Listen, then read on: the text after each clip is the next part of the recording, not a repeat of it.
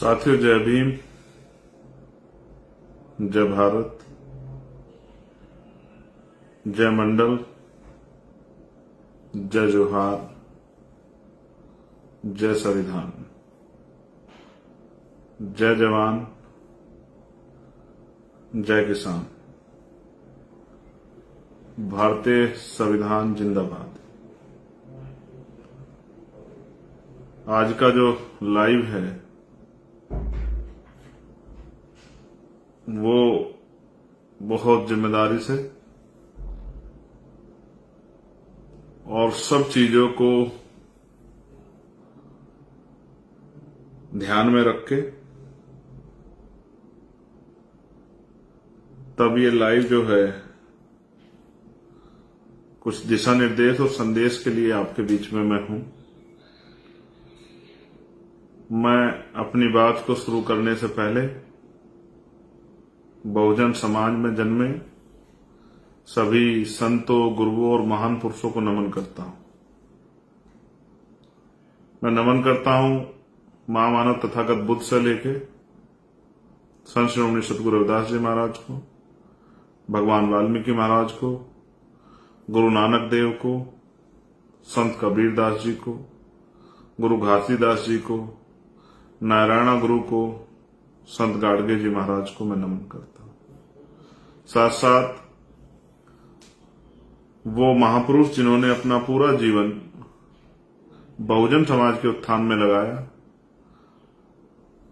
जिनमें राष्ट्रपिता ज्योतिबा फूले, छत्रपति साहू जी महाराज, ईवी पेरियार रामानायकर स्वामी, पेरियार ललई यादव, बाबू जगदेव प्रसाद कुशवाहा, जननायक कपूरी ठाकुर, बाबू शिवदयाल चौरसिया, सर छोटू राम,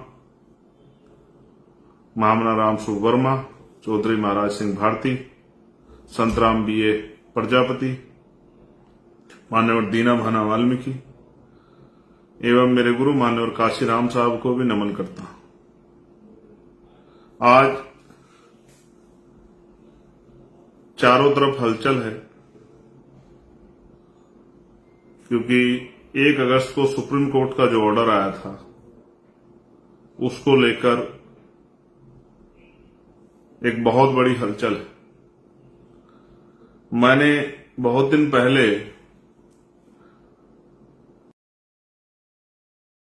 जब मैं जेल में था तो मैंने ये एहसास किया मैं निर्दोष था, फिर भी मेरे खिलाफ बेल मिलने के बाद एनएसए की कार्रवाई की गई। उस एनएसए की कार्रवाई को रात को 2:30 बजे अंजाम दिया गया और उस एनएसए कार्रवाई के बाद मुझे 12 महीने तक जेल में ठूस दिया गया। उस दिन मुझे राजनीतिक शक्ति का एहसास हुआ। मैं ये समझता हूं कि भारत में राजनीतिक शक्ति वो शक्ति है जिसके आधार पर आप एक मरे हुए व्यक्ति को जिंदा नहीं कर सकते हैं, इसके अलावा सारे काम कर सकते हैं। आप योजना बना के अंतिम पायदान पर बैठे व्यक्ति को इज्जत की जिंदगी दे सकते हैं। आप तमाम तरह के भ्रष्टाचार को, तमाम तरह की गलत पॉलिसियों को, तमाम तरह के जुर्म जाति को रोक सकते हैं। फिर मैं राजनीतिक काम में ज्यादा लग गया। मुझे लगा कि राजनीतिक शक्ति बनाकर ही हम अपने वंचित समाज को उनकी इस दुर्दशा से, परेशानी की जिंदगी से बाहर निकाल सकते हैं। जब हम इस काम को कर रहे हैं तो जो हजारों साल से हमारे विरोधी रहे हैं वो लोग भी कुछ ना कुछ काम तो कर ही रहे होंगे। मैंने कई बार पहले भी अपनी बात में कहा कि नीयत का बहुत बड़ा खेल है। मैं आज ये भी स्वीकार करता हूं कि कुछ खामियां उन लोगों में रही हैं जो लोग अपने पैरों पर खड़े हो पाए आरक्षण की वजह से। मैं कतई भी ये नहीं कहूंगा कि किसी जाति में या किसी जाति पे टिप्पणी करके कि वो पढ़ते लिखते नहीं है या इस तरह की कोई बात करके मैं किसी को अपमानित करना चाहूं, ये बिल्कुल भी सत्य नहीं। जिस तरह की भाषा का प्रयोग मनुवादी लोग हमारे लिए आरक्षण पे करते थे, आज उसी तरह की भाषा का प्रयोग हम लोग करें तो ये सत्य नहीं। मेरा जमीर इस बात की गवाही मुझे नहीं देता। इस आंदोलन में ना मुझे ना मेरे किसी भी साथी को धक्का किसने नहीं दिया या जबरदस्ती हमें भेजा। हमने ये आंदोलन मन से स्वीकार किया है। हमारे लिए कोई रोजगार करने का या पेट भरने का या कोठी बंगले बनाने का आंदोलन नहीं है। हमारे लिए ये आंदोलन समाज को उसके पैरों पर खड़ा करने का है। हाँ, मैं मानता हूं शेड्यूल कास्ट के लोगों में भी भाईचारा नहीं है, लेकिन इस भाईचारा को बनाने के लिए हमने तमाम तरह के प्रयास किए। हमने उस तरह की लीडरशिप अपने यहां डेवलप की है कि वंचित जातियों को नेतृत्व करने का मौका मिले। हमारे यहां वंचित वर्ग के लोग बड़े बड़े पदों पर हैं, लेकिन क्योंकि हमारी नई पार्टी है इसलिए आपको वो दिखाई नहीं देते, इसलिए आपको उनका कद नहीं दिखाई देता। लेकिन पार्टी में उनका कद है, संगठन में उनका कद है, ये सबको दिखाई देता है। उनकी बात का जो है उनकी वैल्यू भी है, उनका सम्मान भी है, ये भी सबके सामने। तो मैं अब बुनियादी बात पे बात करता हूं। कल समाज ने एक बंद बुलाया है। मैंने बीच में इस बात को स्पष्ट किया था कि बंद को, उसके पीछे के उद्देश्य को, हालातों को नजर रख के हम लोग फैसले लेंगे।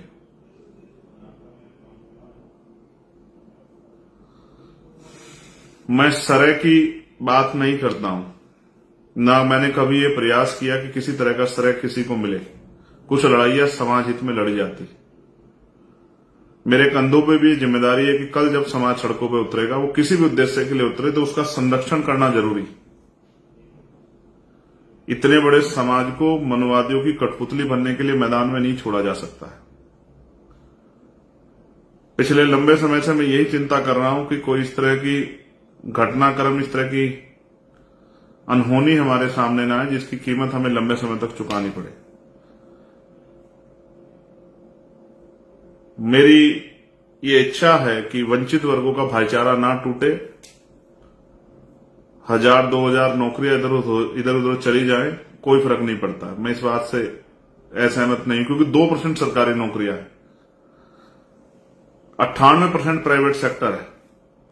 आप याद करो, मैं फिर दोहराता हूं, मैंने मांग की कि 98% प्राइवेट सेक्टर में SC ST OBC के लोगों को मौका दिया जाए, उनको रिजर्वेशन दिया जाए, रिप्रेजेंटेशन दिया जाए। आप याद कीजिए, मैंने मांग की कि लेटरल एंट्री जो है, जिसपे आज हम लोग जीते भी हैं, कि लेटरल एंट्री पे जो है के जरिए जो हमारा हिस्सा खाया जा रहा है, इसको बंद किया जाए। आप जिन जगह पर रिजर्वेशन नहीं है, रिप्रेजेंट, मैंने उनके लिए मांग की। आप जानते हैं, मैंने 1.5 साल पहले मांग की कि उन वंचित जातियों को जिनको अवसर नहीं मिल रहा, जब 10% आर्थिक आधार पर आरक्षण आप स्वर्ण जातियों को दे सकते हो, तो मेरे उस समाज को भी आपको मुख्य धारा में लाने के लिए, क्योंकि पिछले 10 साल से ज्यादा का समय हो गया है, 13 साल हो गए, अपनी जाति का जनगणना नहीं कराई, लगातार हमारी संख्या बढ़ रही है, तो संख्या के आधार पर हमारी हिस्सेदारी तय होनी चाहिए। तो इसलिए मैंने उन वंचित जातियों के लिए अलग से 5% आरक्षण की मांग, स्पेशली उन्हीं के लिए कि उनको मिले और उनके बच्चे भी कुर्सी पर आकर बैठे, उनको अवसर मिले, इसलिए मैंने उनके लिए मांग की। लेकिन आज मेरे कंधों पे जिम्मेदारी है कि जब समाज उतरे तो उनके साथ कोई अहित ना हो, उनको कोई नुकसान ना पहुंचे, इसलिए हमने ये किया। और ये हमारे आंदोलन का प्रथम चरण है, जो ये मन समाज ने बुलाया है।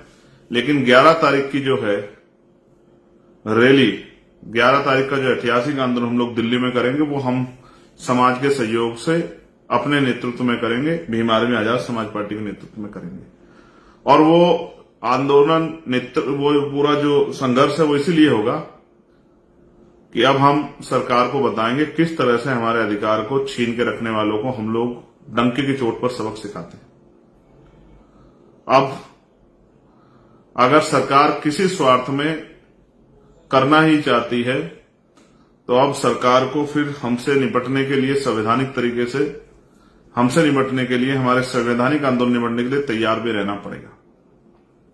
इसलिए मैं इस लाइव के माध्यम से अपने साथियों को यह भी बता देना चाहता हूं कि कल आंदोलन का प्रथम चरण है जो समाज ने बुलाया है। इसके बाद दूसरा चरण 11 सितंबर को दिल्ली में है। फिर आगे क्या करना है वो भी लगातार मैं आपको बताता रहूंगा। मैं तो चाहता था कि इस पर एक ओपन डिबेट हो। वो जातियां जिनको नहीं मिला है और जिनको मिला है, वो सब लोग आपस में बैठ के, हमें तीसरे व्यक्ति की जरूरत नहीं थी कि कोई हमारे बीच में तीसरा व्यक्ति आके फैसला करे। हम वंचित वर्ग के लोग आपस में बैठ के फैसला करके, जो वास्तविकता में इसके पूरे रिसर्च को जानकर हम आपस में बैठ के इसको निपटाते कि भाई ये किस तरह हमें आगे बढ़ाना है, किस तरह से हमारे अंतिम व्यक्ति को भी अवसर मिले। मैं इस बात से सहमत हूं और मैं आपको विश्वास दिलाता हूं, अपने डीएससी समाज को भी ये विश्वास दिलाता हूं कि हम लोग इसके बाद भी बैठेंगे, बैठ के चर्चा करेंगे। जिसको अवसर नहीं मिला उसको अवसर मिले, इसके लिए हम लोग संकल्पित हैं। मैं वचन देके कहता हूं इसके लिए हम लोग संकल्पित हैं।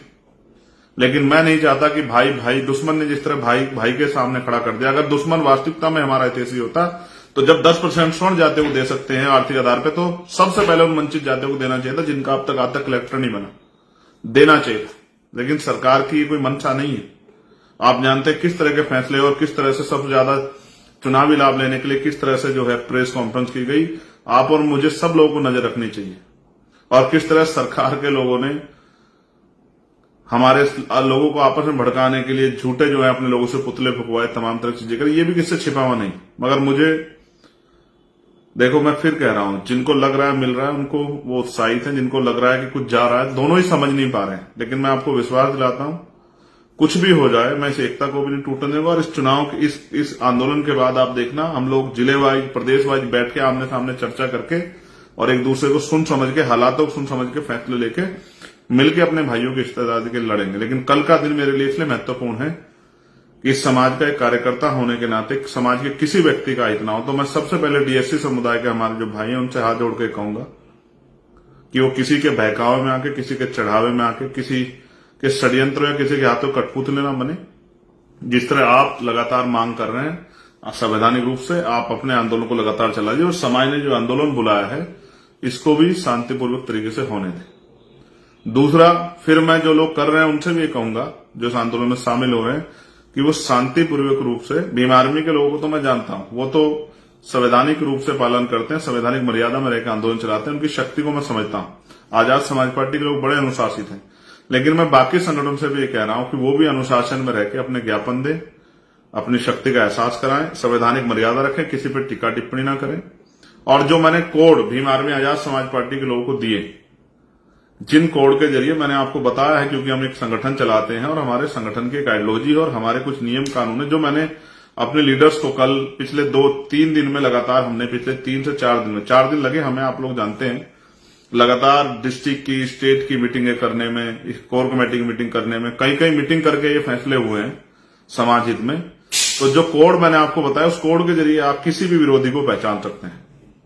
जब भी आप उस कोड को अपनी टीम से कनेक्ट करेंगे, तत्काल आपके बीच में अगर कोई बहरूप या नीला पटका पहन के आ गया है, टोपी लगा के आ गया है, उस तरह की वो कर रहा है, और जिस तरह से मैंने सीक्रेट कैमरों को आपको बताया कि वर्किंग करनी चाहिए, पुलिस हो या कोई भी हो, जो भी आपके साथ असंवैधानिक काम करेगा या असंवैधानिक कोई भी प्रयास करेगा, एकदम वो पकड़ा जाएगा।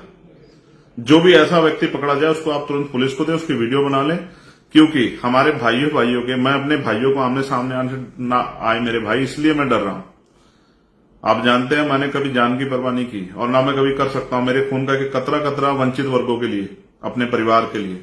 लेकिन इस परिवार को एकता बनाने मुझे बहुत समय लगा है। मैं इस समाज के लिए जी रहा हूं, मेरा और कोई लक्ष्य नहीं है। इसलिए मैं आपसे कह रहा हूं, जो लोग मुझे सुन रहे हो, जो लोग मेरे साथ जिन्होंने काम किया, जो लोग मेरे दर्द को समझते हैं, मैं उनको विश्वास दिला कहता हूं किसी का अहित नहीं होने दिया जाएगा। वो वंचित वर्ग के लोग हों या जिनको कहा जा रहा है कि उनका चला जाएगा, उनको भी मैं कह रहा हूं। मैं अपने बुद्धिजीवी वर्ग को कह रहा हूं, अधिकारी कर्मचारियों को कह रहा हूं, मेरा भरोसा करो। मैं संकल्प दे कह रहा हूं, बाबा साहब अम्बेडकर के मिशन का संकल्प करके कह रहा हूं, किसी का अहित नहीं होने दिया जाएगा और जिसकी जो हिस्सेदारी बैठती है उसको मिलेगी। लेकिन आप संयम रखो, किसी की कठपुतली मत बनो, किसी पर टिप्पणी मत करो। और मैं अपने संगठन के साथियों से कह रहा हूं जो हमसे लोग जुड़े, जो मैंने आपको कोड दिए हैं, आप समय समय पर आंदोलन के बीच में उन कोडों का प्रयोग करना, आपको पता लग जाए कौन बाहर का आदमी आपके उसमें। और जैसे ऐसा तत्काल वीडियो बनाए, क्योंकि बहुत सारे लोग ये चाहते थे कि हमारे लोग सड़कों पर आए और फिर उनका इस तरह से मिसयूज किया जाए, फिर इनको दोनों भाइयों को लड़ा दिया जाए। ये वंचित वर्ग के लोग हैं, इनमें ये मार्शल कौम है जिन्होंने अपने शौर्य, अपने बल पे जो है बहुत सारे संघर्ष किए, विरोधियों को धूल चटा दी। दुश्मन आपकी ताकत से डर गया है, इसलिए आपको बांटना चाहता है। और मेरा एकमात्र जो उद्देश्य है वो महान पुरुषों का जो सपना था कि हर व्यक्ति तक बुनियादी सुविधाएं पहुंचे और सबको सम्मान का जीवन मिले। मैंने कई बार आपसे कहा, क्या मिलता है बजट में हमें, कौन कितना हितैषी आप जानते हैं। मैंने अलग से सफाई कर्मचारियों के लिए बजट की मांग की थी। कि उनको उतरना ना पड़े। मैं सिर्फ अपने लोगों के प्रति हूं और कुछ नहीं। इसलिए मैंने जो अपने संगठन के लोगों को जो कोड दिया, और एक और हमने इस लड़ाई को ऐसे लड़ जाकर हवा में समर्थन कर दिया, ये हो गया वो हो गया। हमने इसके लिए एक वॉर रूम बनाया। मैं अभी लगभग 8:30 बजे एक लिस्ट जारी करूंगा स्टेट वाइज, चाहे उड़ीसा हो, तेलंगाना हो, कर्नाटका हो, चाहे केरल हो, तमिलनाडु हो, चाहे झारखंड हो, चाहे बिहार हो, मध्य प्रदेश हो, राजस्थान हो, छत्तीसगढ़ हो, यूपी हो, दिल्ली हो, पंजाब हो, हरियाणा हो, जम्मू हो, उत्तराखंड हो, मध्य प्रदेश हो, राजस्थान हो, सब जगह के कॉन्टेक्ट में आपको अगर कोई भी कहीं आपके साथ परेशानी आती है, तत्काल आप उन पर संपर्क करें। ये वॉर रूम इसलिए है कि आपकी सुरक्षा होकर हमारी लीगल टीम सक्रिय रहेगी। डिस्ट्रिक्ट में हमारी लीडरशिप, डिस्ट्रिक्ट की लीडर जो हमारी लीगल टीम है, अपने वकील साथियों से मैं कह रहा हूं वो लोग तैयार रहें। हमें हर मुसीबत से समाज को बचाना है। अब तक इन समाजों से राजनीति होती आई, अब पहली बार एक एकता बनकर हम लोग प्रयास किए, उस एकता से लोग डर गए। इसलिए जो मैंने कहा उस कोड का प्रयोग करना है। जो बीच में आपका कोई घुसेगा तत्काल पकड़ा जाएगा, फिर उसको कानूनी रूप से सबक सिखाया जाएगा।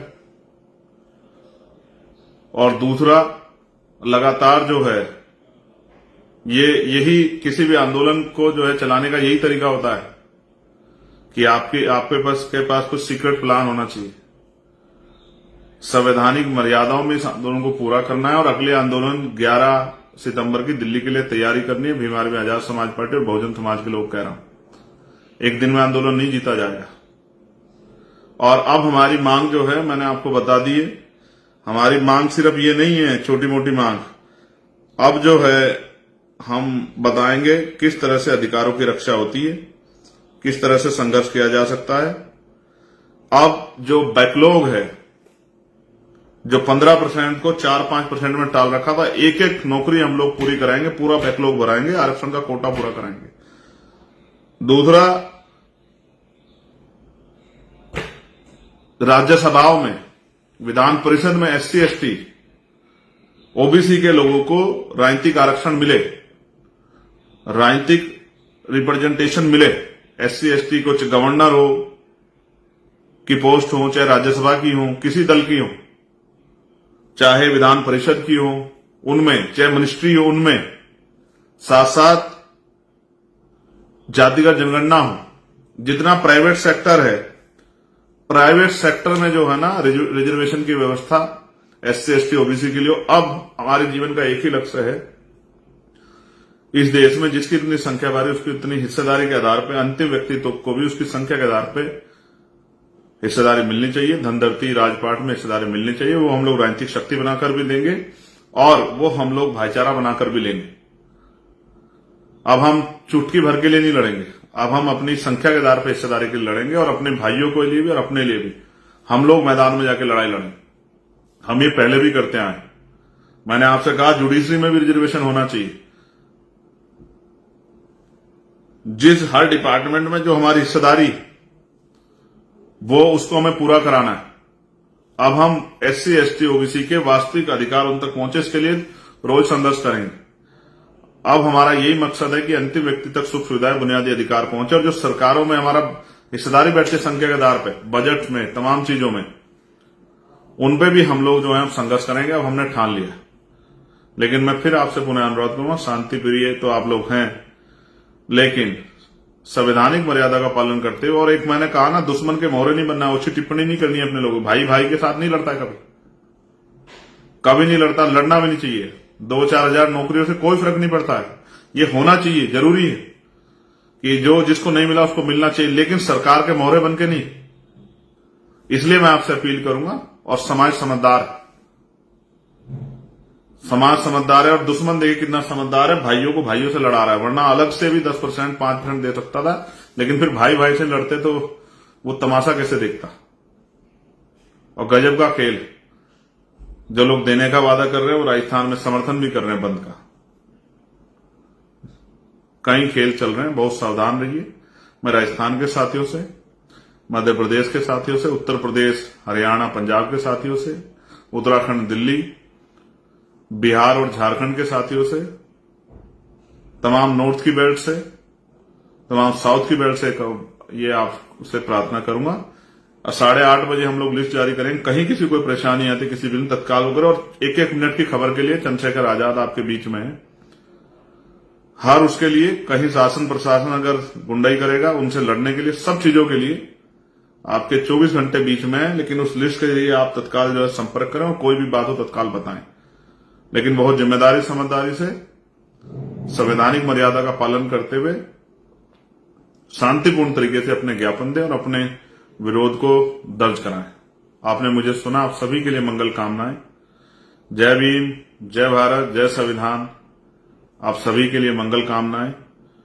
बहुजन समाज जिंदाबाद, आजाद समाज पार्टी जिंदाबाद, भीम आर्मी जिंदाबाद, और मेरा हर एक व्यक्ति भाई परिवार जिंदाबाद। आपका कार्यकर्ता, आपका भाई चंद्रशेखर आजाद।